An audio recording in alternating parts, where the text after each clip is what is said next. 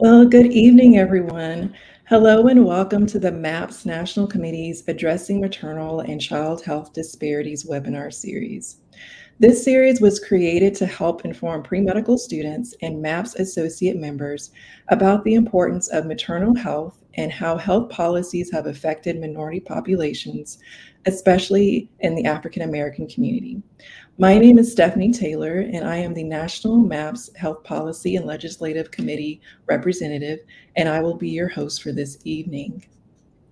This evening, we have Dr. Nikia Grayson. She is a reproductive justice, informed public health activist, anthropologist, and family nurse midwife who has devoted her life to serving and empowering people in underserved communities. Nikia is the Chief Clinical Officer at Choices Center for Reproductive Health, where they have opened the first nonprofit comprehensive reproductive health care center in the country and the first birth center in Memphis. She is passionate about being a disruptor to the current healthcare system and creating new models of care that integrate midwifery and center Black and Brown communities. Nikia has more than 15 years of experience working in public health and nursing, with her more recent work focusing on reproductive rights and justice, birth justice, and midwifery. She works daily to ensure all persons have the rights and means to make decisions regarding their sexual and reproductive health. Nikia graduated from Howard University with a bachelor's and master's degree in communications and public health, respectively, from from the University of Memphis with a master's in medical anthropology, and from the University of Tennessee with a master's in nursing and a doctorate in nurse practice. She completed her postmaster's certificate in midwifery at Frontier Nursing University. Please help me welcome Dr. Nikia Grayson. Well, thank you, Stephanie. I appreciate you all having me this evening. Are we going to jump right in? Yes, let's see, we can go Okay, ahead well, let's and. jump right in. Okay. Um, okay, here we go. So, like Stephanie said, I'm Nikia Grayson. We're going to talk a little bit about midwifery, reproductive justice, community birth workers, and really how partnering with birth workers, uh, whether they're midwives, physicians, or community birth workers like doulas, lactation counselors, is really the way forward to helping to address the maternal health issues that we are seeing in our communities. As Stephanie said, this is who I am. I am the chief clinical officer of a clinic, an independent clinic in Memphis, Tennessee. I've been here since June of 2017, and when I started, it was mainly known as a first trimester abortion clinic, and I added our midwifery services to the clinic in 2017. And in 2020, we built a comprehensive reproductive healthcare clinic that included a birth center as well. I will talk to you a little bit about the history of midwifery. Um, Midwifery has been around for a long time. So we know that the history of midwifery is that, especially in the United States, midwives pretty much attended all the births in the United States, and that many of these midwives were indigenous or African midwives who came to the U.S. Um, as enslaved people, and they attended births for both black and white women in the South. We know that after the abolishment of slavery, these midwives continued to practice in the community, especially in the South, and they were referred to as grand midwives. Like I said, we know that they have a long history, an important history in public health, and that midwifery is a tradition that was passed down from mothers and aunts and sisters and grandmothers, and that Black midwifery has a deep legacy rooted in African traditions. We know that during the era of slavery, Black midwives played a crucial role in preserving the health and well-being of enslaved women and their children, and that midwives helped to build a community of care and support for women throughout pregnancy and during childbirth. But we know that also midwives acted as community healers. They weren't just people who caught babies, but they cared for them in many other ways, and cared for the entire family. And they also provided care during difficult conditions, with very limited resources.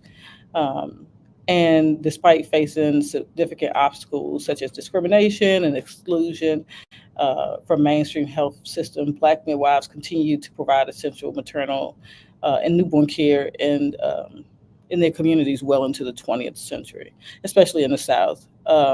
We know in the South, uh, grand midwives um, were, like I said, caregivers, healers. They even provided abortion care in their communities. And that in the 1920s, this began a public health solution to the midwife problem, as they said during those times. There was a campaign to rid the community of Black midwives. Um, Okay, there was a campaign to rid the community of Black midwives, and it was steeped in racism and misogyny. And so they were called these immigrants and grand midwives, educated and dirty and poor, feeble and evil, and used fear to make people believe that midwives were the cause of infant deaths. Um, when in actuality, and looking back over historical documents, it was actually poorly trained physicians at that time that contributed to maternal and infant mortality. And of course, this severely hurt marginalized and poor communities, leaving them with no access to prenatal care or to these care providers at all. And so this established a system really where only the wealthy could then access maternity care through physicians and hospitals. Um, so what we see then is in the 1940s, Tuskegee School of Nursing opened the first Black midwifery school, and the main goal was to decrease the maternal and infant mortality rates in Southern Black communities. That school was open for only 5 years, but it graduated 31 Black nurse midwives. And in 1976, Alabama passed a law that outlawed midwifery altogether. Um, and so approximately 150 Black traditional midwives were told that they basically would be jailed if they continued to work as midwives. And then by the 50s and the 60s, more than 95% of births were in hospitals. And with this shift, women, arguably became disempowered patients. They became more passive recipients of the latest in medical care. And the focus was on management of pregnancy and monitoring the fetus, and saw pregnancy more as pathological, right, than a physiological process.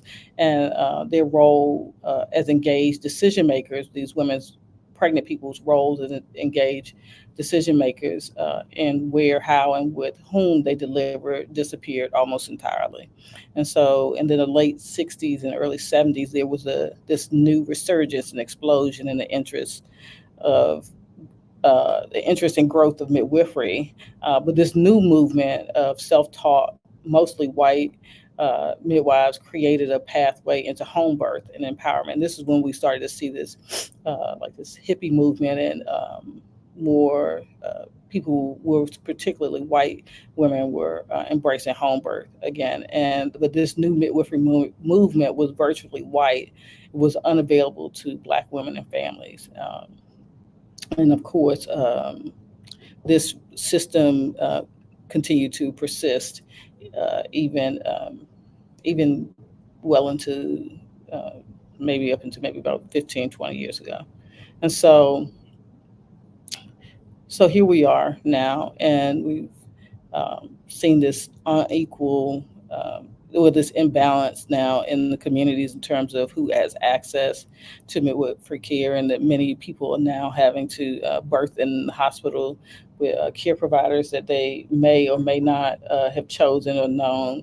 Um, and um, and so we come to um, the 90s, and there was this really big push um, in the community around choice and really this pro-choice uh, anti-abortion movement. And what we saw happen was that um, that became a huge focus and not the focus on bodily autonomy or reproductive autonomy. And so this new framework was birthed out of this process, and it was called reproductive justice. And so it was created by these black women at a conference that they were having in Chicago in 1994. And Loretta Ross, which was one of the founding members of this movement, but also the executive director of Sister Song.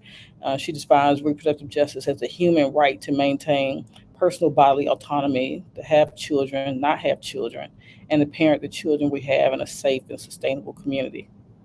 So we understand that this is a human rights framework that reproductive justice positions reproductive decisions as fundamental human rights, encompassing the right to bodily autonomy and self-determination, and that this is inclusive and intersectional theory that where reproductive experiences are shaped by we understand that reproductive experiences are shaped by various things like identity and race and ethnicity and social economic status and gender. And reproductive justice, um, what makes it all encompassing is that it is really focused on equity also by recognizing structural inequalities. Reproductive justice seeks to address those disparities in healthcare access, in information and resources that affect everyone's reproductive choices, right? And so this is really important because this is where we are now, right? We are now in a space where people are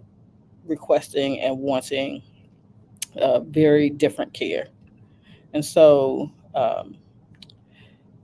reproductive justice, this is something Loretta said. She said that we believe that the ability of any woman or person really to determine their own reproductive destiny is directly linked to the conditions in their community.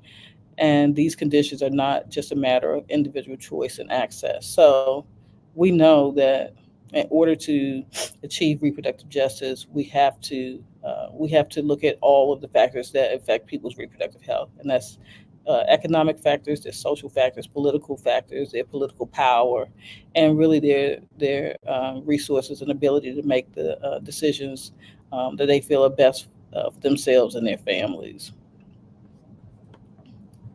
So why reproductive justice? Why is this important, and how does this tie into midwifery? Right. So um, reproductive justice, like it says, is a human rights framework uh, to make informed decisions about your own reproductive health. Um, and like I said earlier, it's not just about um, choice, but it's also about true access, right? Eliminating barriers to healthcare, having equitable healthcare, ensuring that everyone has access to resources in healthcare and access to the providers that of their choice. And it recognizes that there are many social factors that can lead to challenges in people's access and healthcare. And so, one of the things that is really important to me is that um, everyone has access to whatever care providers that they believe that they should have access to, right? And so, when we talk about reproductive justice, we have to also talk about, reproductive oppression. And reproductive oppression is the regulation and exploitation of individual bodies, sexuality, and reproductive capability. I mean, capacities as a strategy to control individuals and entire communities. And so, when I talked about the history of midwifery, this timeline of these injustices and oppression um, throughout American history are interwoven in there. So, like slavery and the forced reproduction.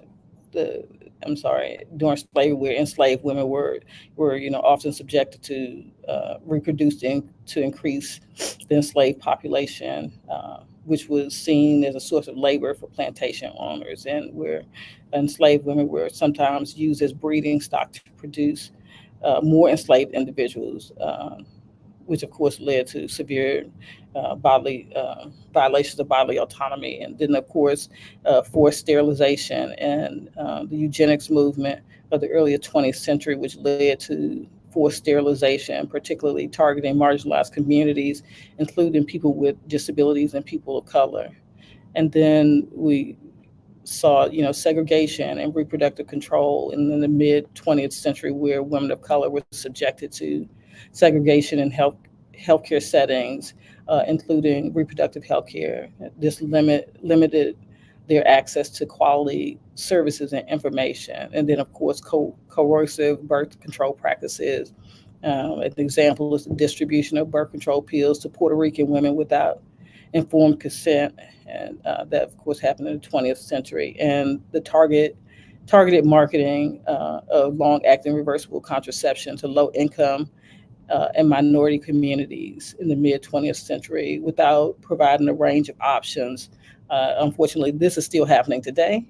Um, then, of course, um, the Native American boarding schools, indigenous communities faced forced assimilation policies, which included the removal of their children from families to attend boarding schools. And this, of course, disrupted traditional ways of raising children and passing down cultural knowledge.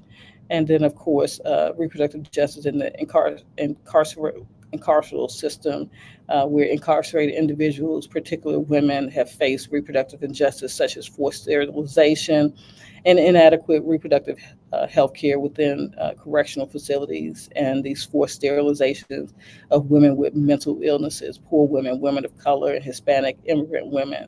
And this was as recent as, and I can name a few cases that have happened here in the state of Tennessee recently, where there was a coercion of using the justice system to coerce people to become either sterilized or use a LARC so that they can get reduced sentences. So these type of practices, along with the practices where they pushed trusted healthcare providers like midwives out of the communities, has created a distrust um, in many minority communities, and has also led to the problems that we're having or that we're seeing our in our maternal and child infant mortality and maternal mortality issues that we're seeing now in our own healthcare system. So it's important for us to understand the history of how midwives and as a care provider was pushed out of that community, but also to understand the history of reproductive oppression, and understanding this can help to reduce stigmas surrounding certain reproductive decisions and promote more inclusive environments, and really help to understand why people are making the choices they are making. So we know that intersectionality matters, right? And understanding the importance of intersectionality in the context of reproductive health care is crucial for recognizing and addressing disparities that disproportionately affect marginalized individuals. Um, int- Intersectionality is a concept that acknowledges how various social, economic, and cultural factors intersect or overlap to create unique and compounded experiences of discrimination and disadvantage. So, and this approach helps us to address the complex, intertwined nature of the health disparities that we're seeing in our community, especially around maternal and child health. And so this is a quote by Dr. Joy Career, who is also OBGYN, and she said the assurance of the conditions of optimal births for all persons, for all people, with a willingness to address racial and social inequities is in an effort to in a sustained effort. And that's what she said birth equity is, right? So what's happening in our communities now? You all are going to be providers in the future and taking care of people in the community. And I think it's really important to understand what's happening in our communities and why people are choosing the things that they are choosing. So community birth is basically a planned home birth or a birth at a freestanding birth center. This is not a birth center that's attached to a hospital, but a freestanding birth center. And it's often referred to as out of hospital birth, but it's really more than that. And we know that the rate of planned community births are increasing. Community birth increased from 19.5%, increased by 19.5% from 2019 to 2020, and planned home births increased by about 25%, while birth center births increased by about 14%. And so these increases occurred in every state across the United States, and for all the racial and ethnic groups. The biggest increase was seen in Black women, and that increase was 30%. So if you're going to provide care for people, especially if you're going to provide prenatal care for families, know that people are making choices about their care, and that they want to. Many are exploring out of hospital birth or community birth as an option. Of course, um, there are many advantages to community births. The advantages of community births usually are more personalized care and reduced medical interventions. This is um, why many say that they are choosing community birth. They feel community birth initiatives are really do speak to them. They feel more empowered. They have more autonomy. Um, they uh, want a more undisturbed birth experience. And what we've seen is that many, for some, this is the only option for them to have a vaginal birth at the cesarean section, because in many communities, they're not. There aren't any providers that will allow uh, pregnant people to have a trial of labor after a cesarean section. So, um, like I said, there are many advantages, such as personalized care and reduced medical interventions. Many patients share, real life stories about the benefits that they've experienced of having community births, but they also share the stories of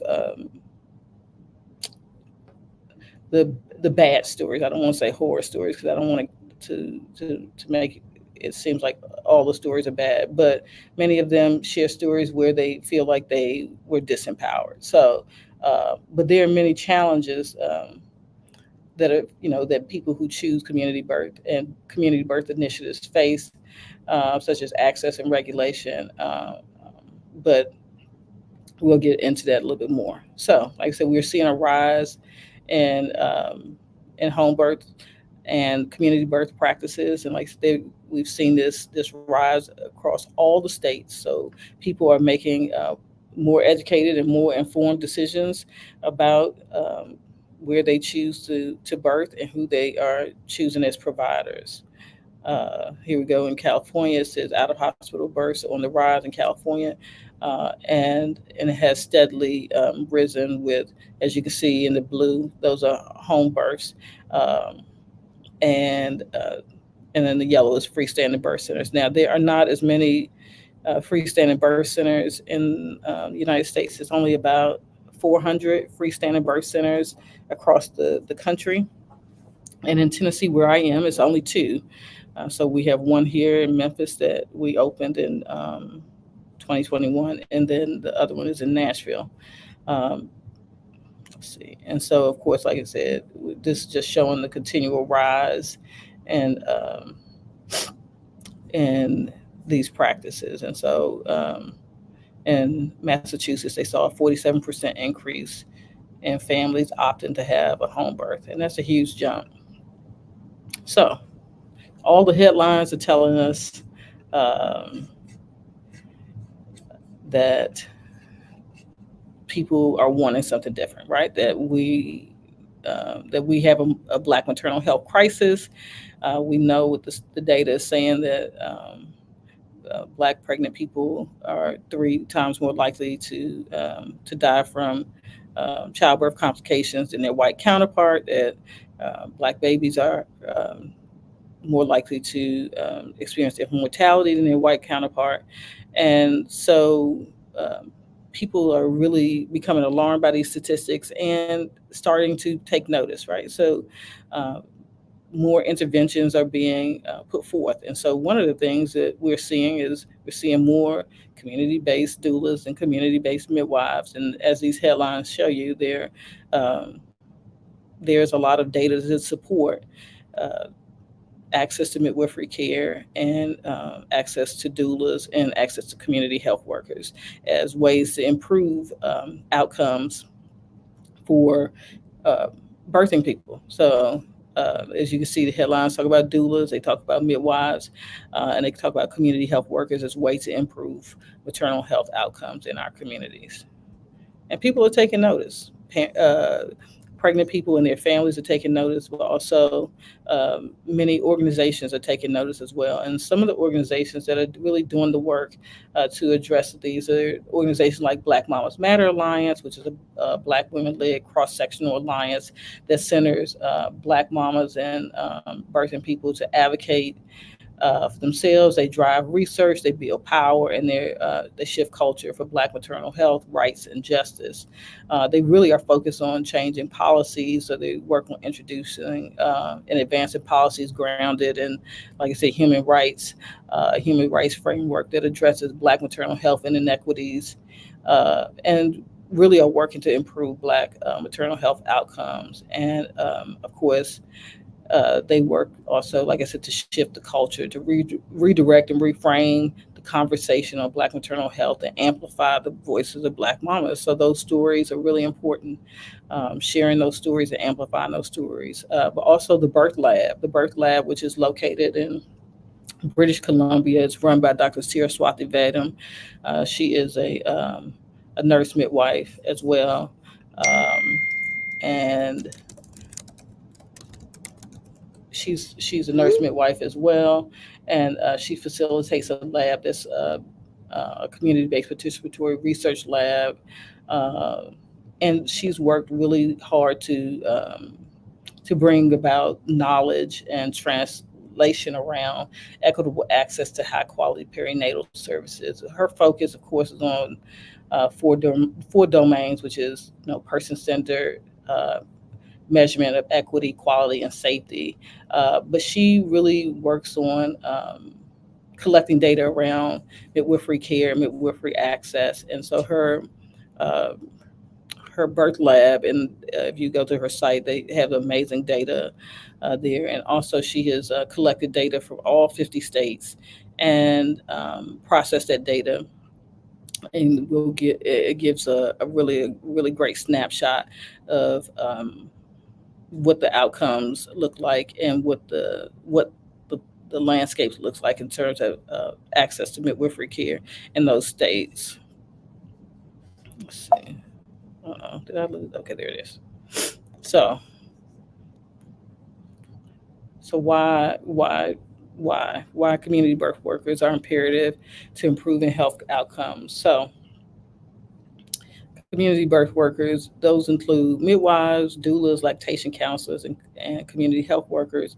It's so important. I mean, I think what I try to express to everyone, especially our medical community, especially physicians, is that we can't be everything to everyone. So having a team approach is so important to address this maternal health crisis that we're experiencing in our communities because of the structure of our present healthcare system and the payer model.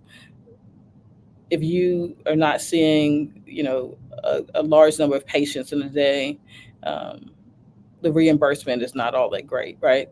Um, your clinic or office won't make any money. So a lot of times, a lot of physicians or even providers don't have the time to provide that education and support, and that many people may need. And that's where community birth workers come in, right? So one of the hallmark things of being a midwife is we provide a lot of education. Our visits are usually longer.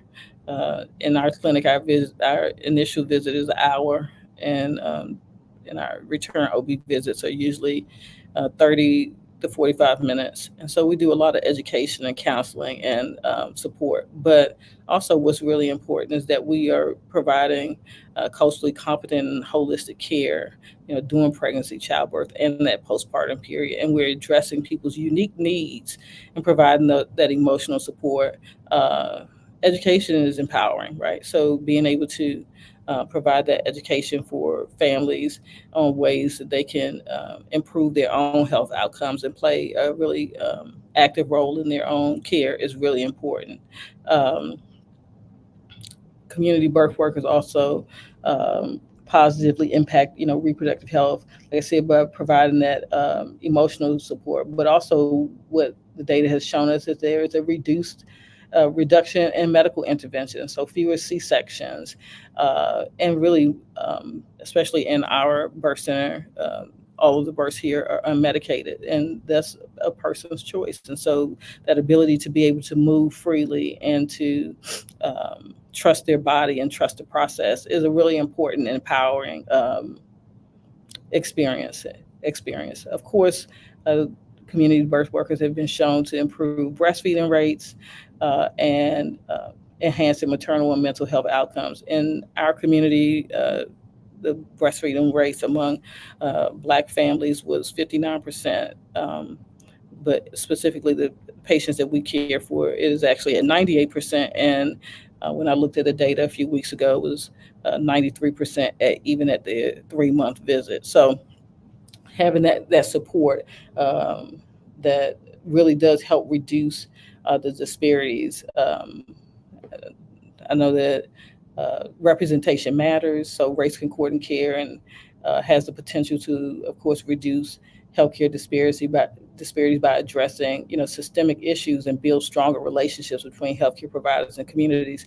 There is a huge distrust um, in our communities around accessing care. People don't believe or trust our healthcare system, and so it's really important that we work very hard to not only rebuild that trust, but also to help patients feel empowered and comfortable discussing sensitive, reproductive healthcare issues with their providers, and especially if there is uh, this cultural camaraderie or this cultural competence that's there.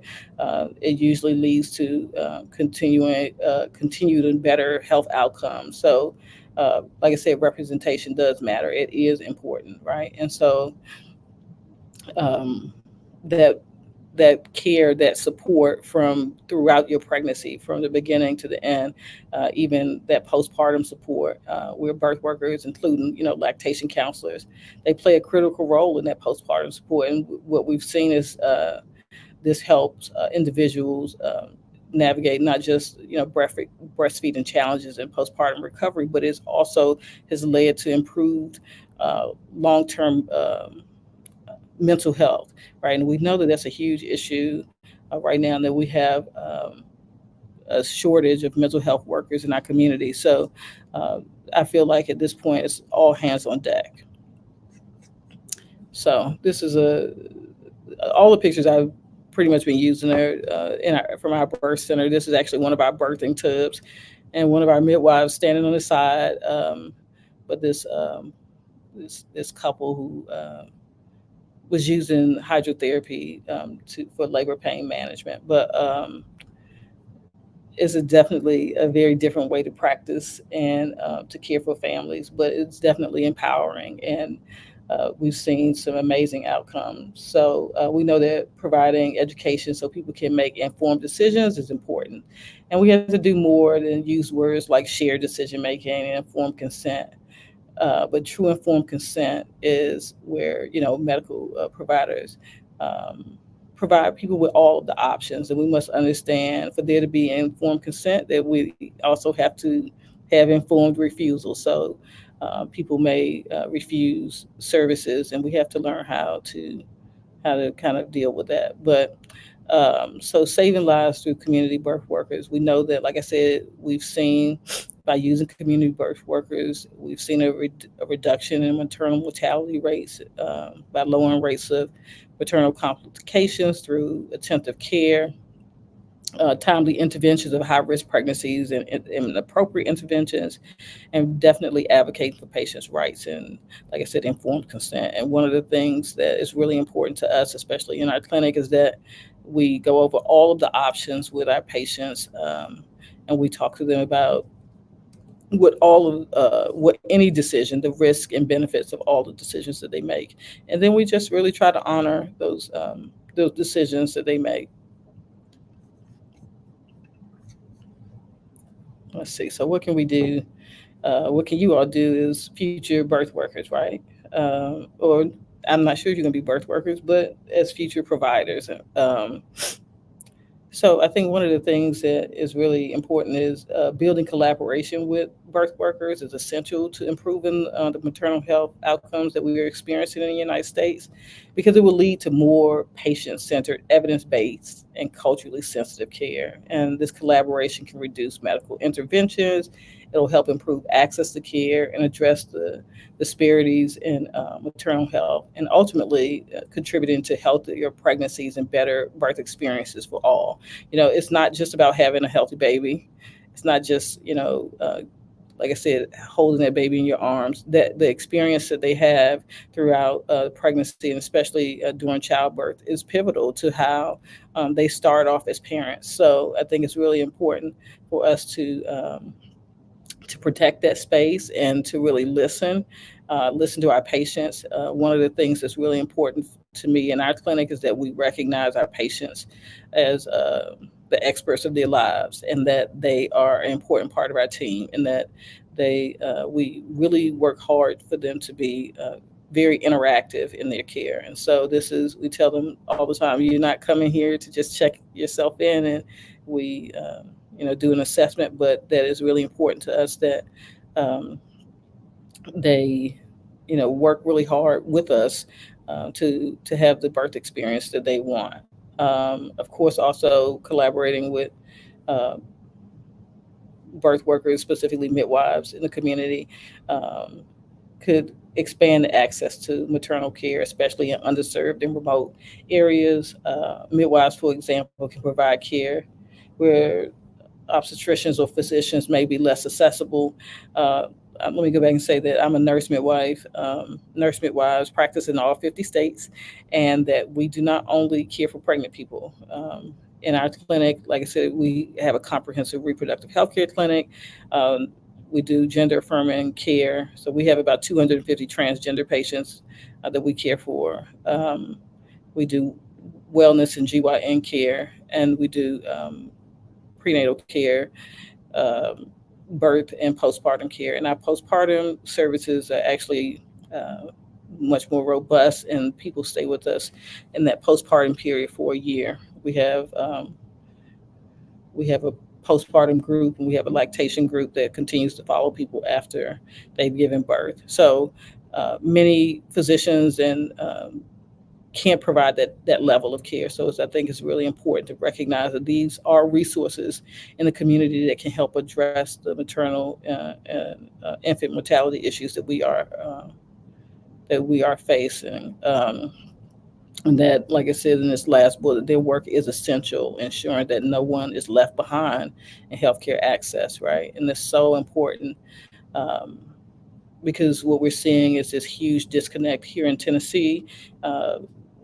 Since I've been practicing, I've seen across the state of Tennessee the closure of about a dozen hospitals over the last 10 years. And so leaving communities with no providers. And so it's so important that we all work together to provide people with the care that they need.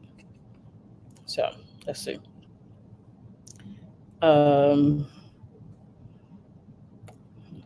like I said earlier, I think this may be a duplicate slide. Is that community birth workers, midwives, doulas, lactation counselors, IBCLCs, which are lactation counselors, provide education and resources, right? They foster a sense of community, and they help people to take charge of their health care. Um, and they're helping to build strong and resilient communities. So Um, what can you do when you become healthcare workers uh, with this collaboration? You can partner, like I said earlier, with birth workers, and this is important. So, we know that successful partnerships and collaborations helps to defragment care. Patients' needs are great, and no one provider can be everything to a patient. This has to be a team approach. It's important to respect uh, that there is knowledge and resources that you as a provider may not know or have access to. Care is more than the treatment of disease or symptoms. It is more than just getting patients delivered. And families who choose to give birth at home or in freestanding birth centers deserve the best possible care. So when their plans change and they need to access hospital services, they should be received and welcomed and respected for those choices that they've made. Uh, it is a responsible thing for midwives to do to transfer patients to higher level of care when it is needed. But unfortunately, in doing this, uh, midwives and their patients are often met with hostility and disrespect. There are some really great examples of successful partnerships in Washington State and California through a program called Smooth Transitions, and it has been implemented in a few other states across the country. But it's so important that as healthcare providers, especially if you're working in hospitals and you receive patients whose plans have changed for whatever reason. Many people transfer care not for emergency reasons, but more so because they're exhausted and they may want epidural pain, labor pain management. But it's so important to receive them and respect their decisions. But like I said, Smooth Transitions is a program that can help to strengthen those partnerships. And we know that successful partnerships really do contribute to better care and better care outcomes. Um, so how can we overcome some of these challenges? Um, some of the ways that we can overcome some of the challenges that community birth workers face is to really address um, the the systemic and institutional barriers they may experience through the healthcare system and through hospitals. Um, Address misinformation and bias. We have to check our own bias. We all have to really understand why we feel and make the judgments that we do about people and the care that they choose. We can, of course, advocate for policies that will remove barriers that hinder work of community birth workers. Um, but these solutions really do involve all of us being involved in policy change and advocating for expansion of funding opportunities and increasing awareness of the critical roles of um, midwives and doulas and lactation counselors. And so I threw in here some example of some community models of care that are addressing health equity that you may want to check out. Um, this is Mama Toto's Village. It's in Washington, D.C. It is an amazing place. They celebrated their 10-year anniversary this past year. It is devoted to serving Black women through the creation of not only uh, accessible perinatal support services, but also creation of careers and pathways in maternal health. And so they do have an accessible perinatal support service that's designed to equip women with the necessary tools to make the most informed decisions in their maternity care and parenting in their lives. They offer like some really creative solutions to combating racism and health disparities for Black mothers and their babies and their families. They have, like I said, a really innovative approach to that fosters, this resistance and restoration and reclamation that's fueled by Black women. And it's an amazing space. I was actually there recently.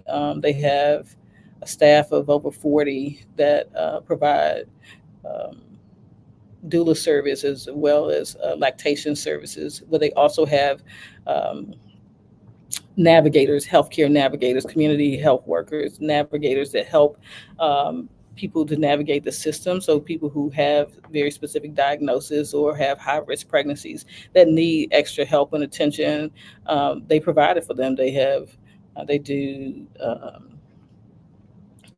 food demonstrations and have a cooking demonstrations and talk about ways to improve your health, not just during pregnancy, but they focus on preconception health and postpartum care as well. And then this is Community Hope. They also are in Washington D.C. It's the only freestanding birth center in Washington D.C. It is actually a federally qualified health center that also has a birth center, and that this is their midwifery team right there. Don't they look amazing? And so pregnant women can come to Community Hope for everything from prenatal care to birthing services to breastfeeding support. And they also have their own pharmacy in the building. Community Hope, it really provides a safe haven for women and their children to learn about pregnancy, motherhood, childhood, and uh, for their children to be cared for. So they're cared for throughout their reproductive lifespan. And it also has, like I said, uh, pediatric services and family healthcare services there as well. They are one of the few Black midwifery teams in the country.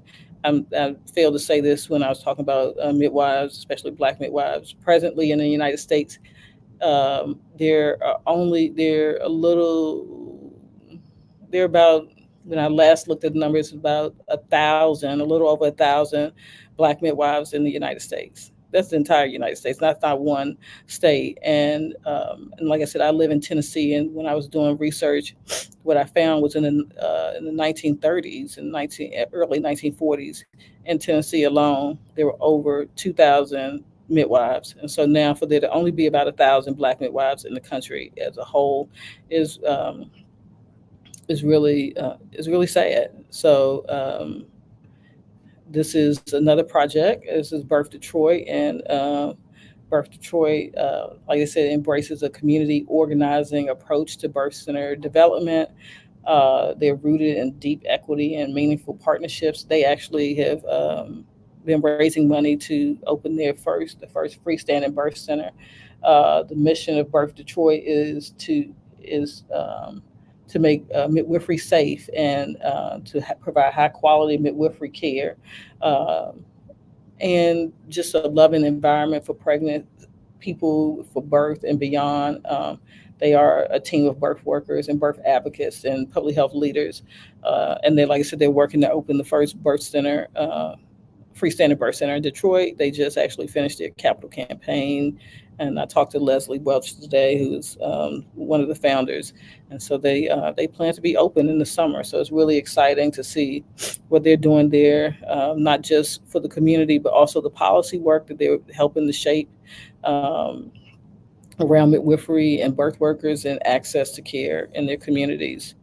And then out in California, out in Alameda County, there's this amazing um, group, Black Centering Group. So if you're familiar with centering pregnancy, um, they've created what they call the Beloved Birth Black Centering Group. It's an innovative new group prenatal care program that's designed to provide care by, for, and with Black people, delivering holistic, culturally attuned, and racially concordant care that's rooted in health equity and birth justice. The midwifery led, it's of course midwifery led, it's team based model. It honors and celebrates Black birth uh, and community, and while addressing the crisis of racism and racism-based disparities in birth outcomes experienced by Black birthing people. And this model, it aims to uplift the voices of Black women and provide a gold package of care that enables them to thrive in birth and beyond. This is my clinic, and this is our midwifery team. We also are a Black midwifery team. I am the chief clinical officer of this team, and really proud to lead this amazing group of folks um, as we work to address and, like I says, restore midwifery in the South by reimagining how care is provided. Um, this is the picture on the top is our 15,000 square foot clinic that we built That's a birth center in Memphis, Tennessee, and it provides comprehensive reproductive health care. And the clinic on the bottom is our clinic that we opened in Carbondale, Illinois, when we recognized that we would lose access to abortion care in the South. So that clinic specifically provides, abortion care, wellness, and gender affirming care. And these are the services that we provide in our clinic. So we do all of these services in our Memphis clinic.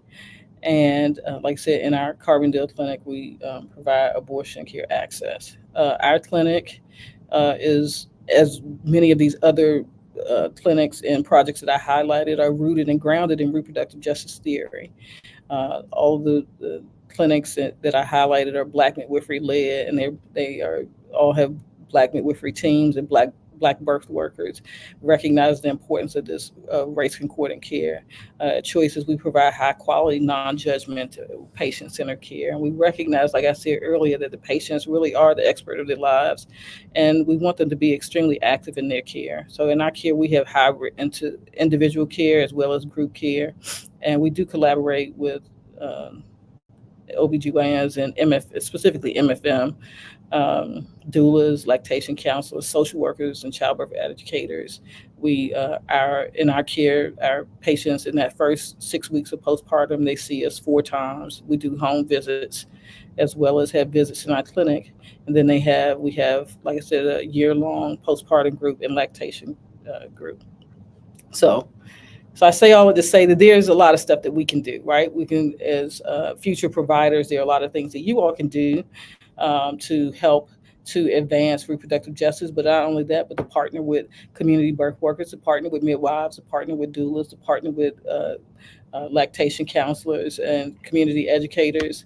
But some of those things that you can do is really learn and understand and embody reproductive justice principles and recognize that they do encompass autonomy and equity and access, and really do understand, help to understand that the people that we're caring for lead multidimensional lives, right? And that intersectionality is essential to understanding disparities in reproductive health care, and that community birth workers, like I said, midwives and doulas and lactation counselors, are making a significant impact in reducing disparities and in empowering communities, and that your collaboration is needed to overcome challenges and advocate for policies that are vital in advancing reproductive justice. So I say all that to say I'm open to any questions.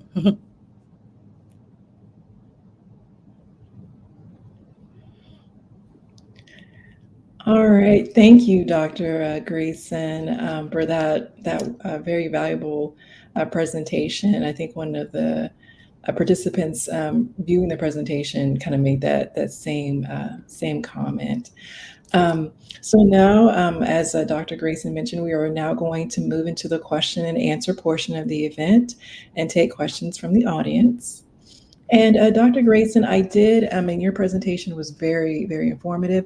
But for those of like pre-medical students or non-traditional pre-medical students or MAPS associate members who are not familiar with the definition of a midwife and a community birth worker, can you define that for them? Thank you. Yeah. So, midwives are care providers. They, for me, I went to school. I have a doctorate in nursing. So nurse midwives specifically can provide care for people that are pregnant and not pregnant along usually we provide care for people along their reproductive lifetime, right? That's really important to us. So uh, we are we are licensed in all 50 states. We prescribe medications, we diagnose. But yeah, so midwives usually, there are different types of midwives, so I should say that. And that's probably important to say as well. So I'm a certified nurse midwife. And like I said, certified nurse midwives, we don't just care for pregnant people, we care for people who aren't pregnant as well. So we can provide GYN care. Like I said, in our clinic specifically, we have about 250 transgender patients that we do their gender affirming care and hormone therapy. So our clinical practice is pretty broad. But then you have midwives who are like certified professional midwives or licensed midwives that are not nurses or don't have that medical background, and they do have schools um, that usually like MEAC is their accreditation is called MEAC accredited schools, and they do more of a like of a apprenticeship type program where they partner with community midwives and learn through this apprenticeship model. They do have schools, so they do have a didactic component to it as well, but they're just not nurses, right? So those midwives usually are home birth midwives or experts in home birth, and that's really like all they do is community birth or home birth. Um, and then you have doulas, which are really just more like education and support people for families. They don't they have different like trainings or certificates that they can do, but their training is not in medicine. They're more, like I said, educators or emotional support people, and they, some of them provide lactation counseling and support. Uh, Many provide support during labor and birth, and some provide support in postpartum period.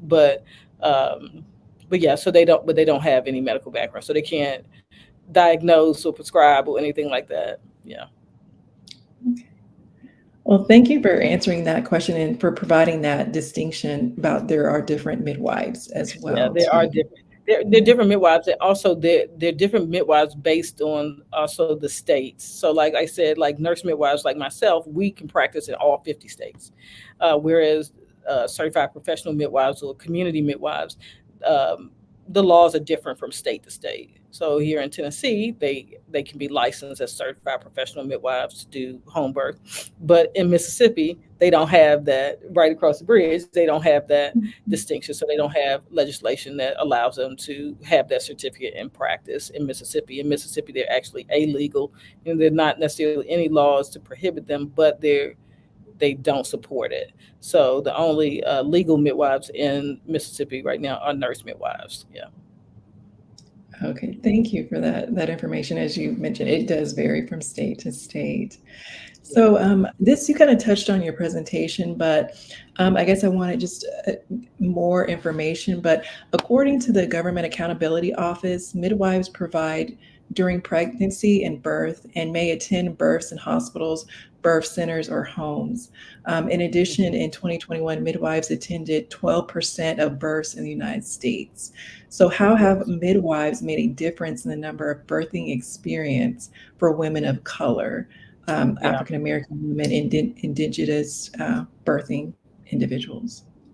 Yeah, like I said, we're seeing a definitely a resurgence of midwifery and people who are wanting to access midwifery care, right? And so what we are seeing is that people are choosing midwifery um, because it is empowering, and and midwives recognize birth as physiological, right? Like this is a natural process that's going to happen, and that doesn't mean that people don't need other interventions, but we know that the majority of births will happen naturally, right? And so midwives really do support physiological birth and provide a lot of education and support to families that many physicians don't provide, may not have time, may not be educated in certain things.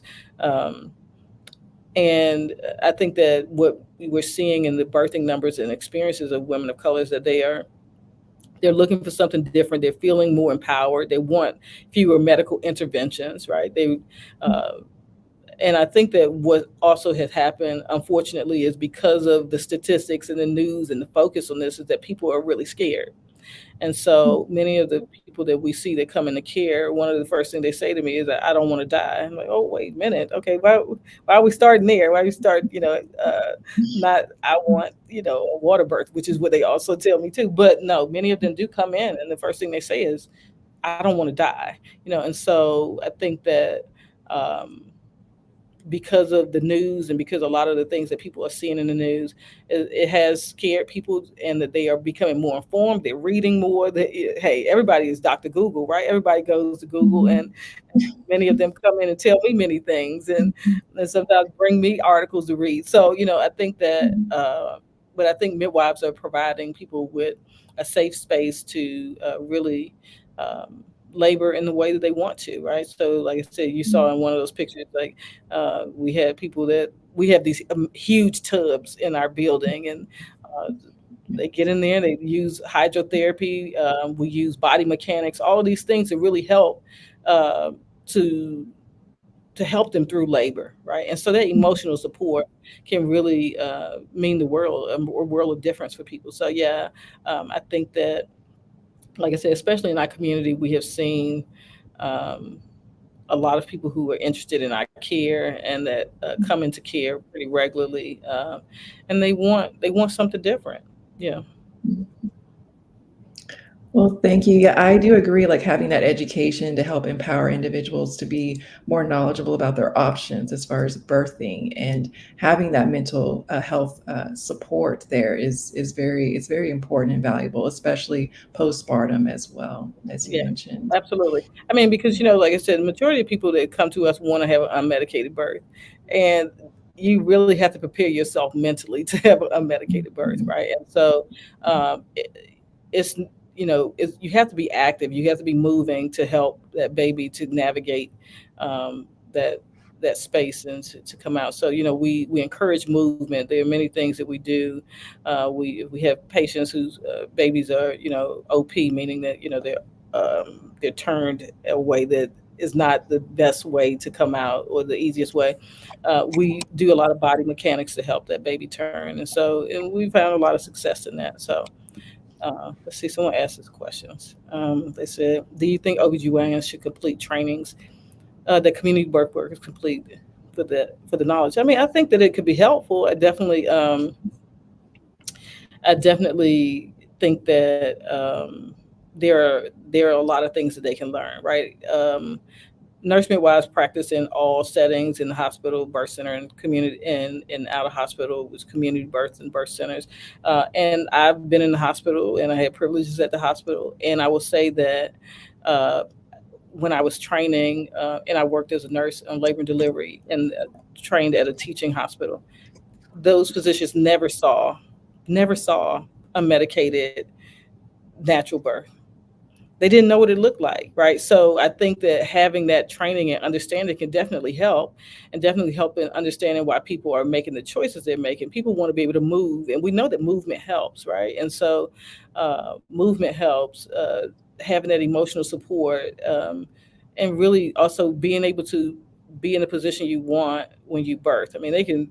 We have people that come in, they birth in the tub, they birth squatting on the side of the bed, they birth in the bed, they birth on all four. So I think that if OBGYNs had that training and had that understanding and really were able to see um, just what unmedicated natural process is, that it could really change their thoughts about it.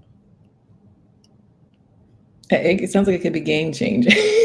Yeah, I think it Based. would be. Yeah, so we have one of my really really great friends is our OB collaborator, and I knew her when she was a resident, and I remember when she was a resident, I was like, "You're not going to cut this person," because I was the nurse on the floor, and she was always ready. She was like, "Okay, they need a C-section, they have not progressed." I was like, "No, we got to give this a little bit of time," and these are some of the things that we can do to help get this baby out. So now, and we've known each other now for probably about 8 years, and she'll call me. She lives in South Carolina. She's like, "Hey, I did what you told me. I didn't cut this person today." And so she really has learned from us, and we learn from her all the time. So she does. We do drills together, and she's seen a few births with us, and she was like, "I don't have the patience for this." So, we like sit over there in the corner, just sit on your hands, because it really is, it will progress. And people, we sometimes you have to be hands off, and sometimes they do need some help, but a lot of times you can be pretty hands off. Okay. Well, thank you for answering that question. It looks like we have another question from the audience. Do we know any rates of impact where midwifery-led care pregnancies lower maternal mortality? Oh Great yeah, question. absolutely. It's so much data. It's so much data out there that CMS has actually has a new project that they're doing that's specifically looking at ways to increase the number of midwives and birth centers, and to find dollars to increase their access in the communities. I mean, midwifery, there's so many articles. Actually, we're writing one now. I have one coming out in Jogging, which is a journal of what is it, Journal of Obstetrics and Nursing or something, in the next few months about our outcomes here at our birth center, which have been stellar. I mean, patients who have birthed with us are 5 times less likely to have a C-section. Our preterm birth rates are 2 times less.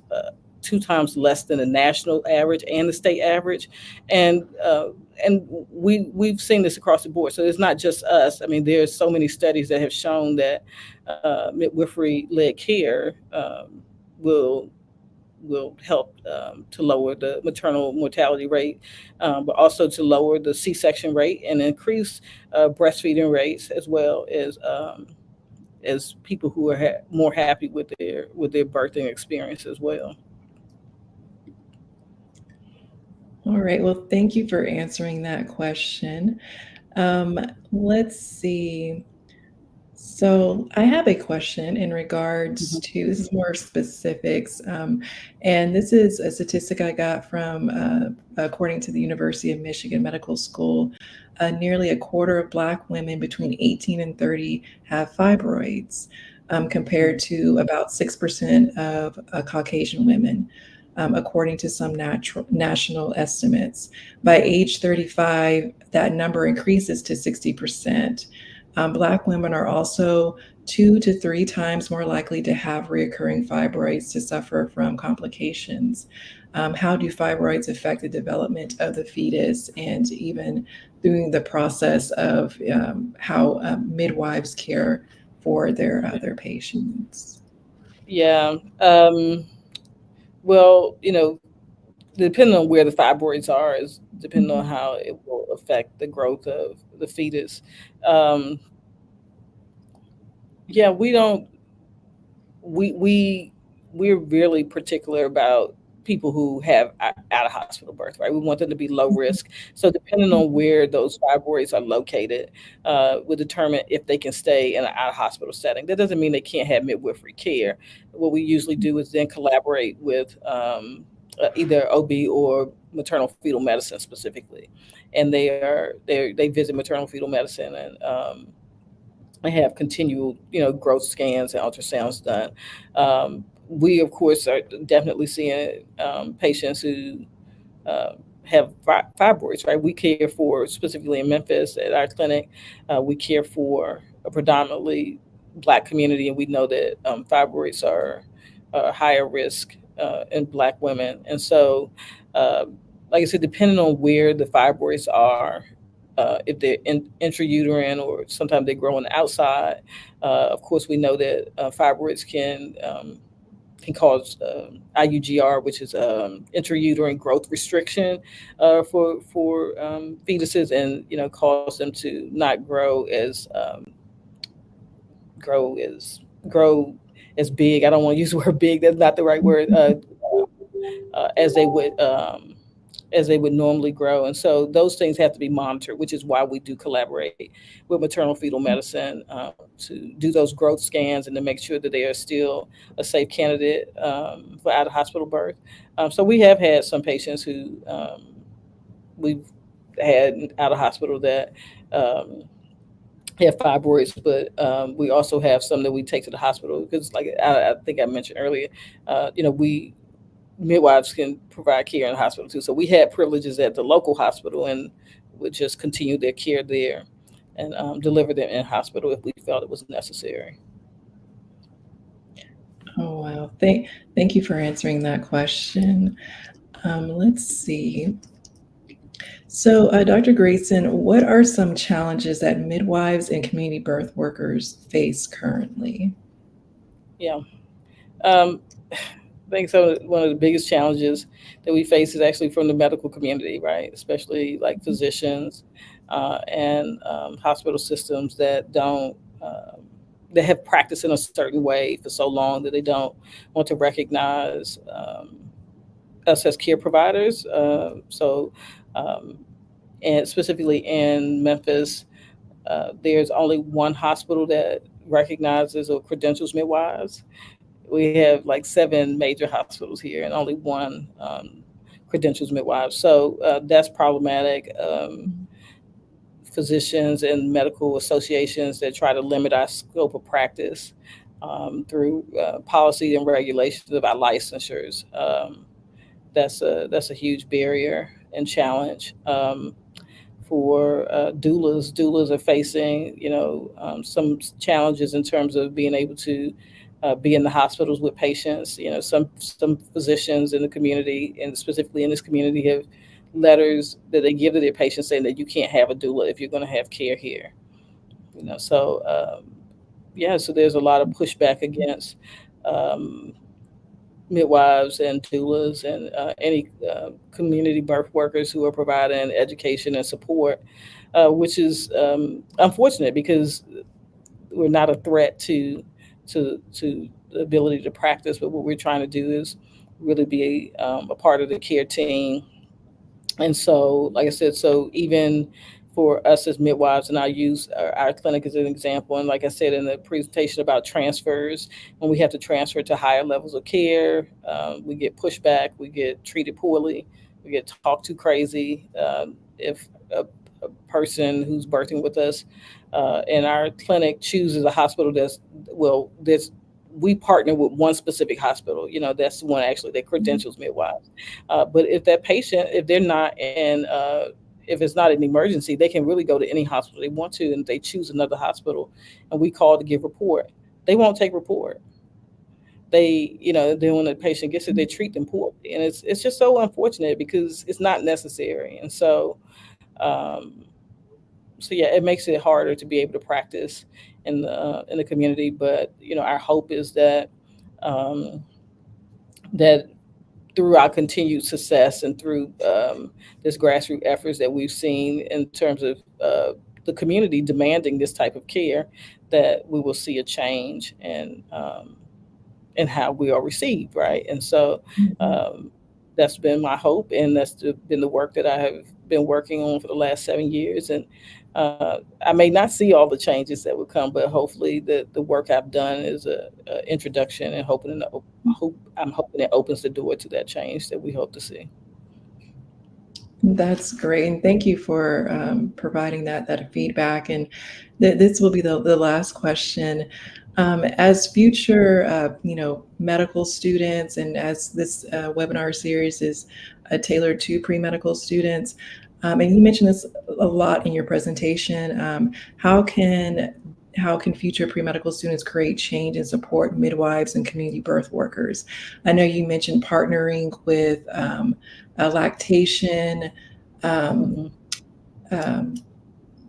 um, specialists, and then also partnering with birth wives. Is there anything else that you would recommend to help kind of open the eyes of future medical students in ways that they can help to make a difference in the maternal health um, um, area for midwives and community birth workers? Yeah, I think that one of the things they can do is volunteer in these communities. I think there are a lot of amazing organizations, even like the organizations I listed, and really get to know what it is they do. Um, I think also educating yourselves around what reproductive justice is. I think for us in my clinic, because of the way that I've built the culture here, what's really important to me is that when people come in, they recognize. Well, when I say people, I mean providers come in, that there are things that I ask them to read. There are things that I ask them to understand. So I love to read. I've learned others don't. So I have this really extensive book list that I always share with people. And then I realized they weren't reading the book. So then I started finding podcasts and articles for them to really read and understand about reproductive justice, what it looks like, what people are facing. The first book that I always have them read is "Killing the Black Body" by Dorothy Roberts.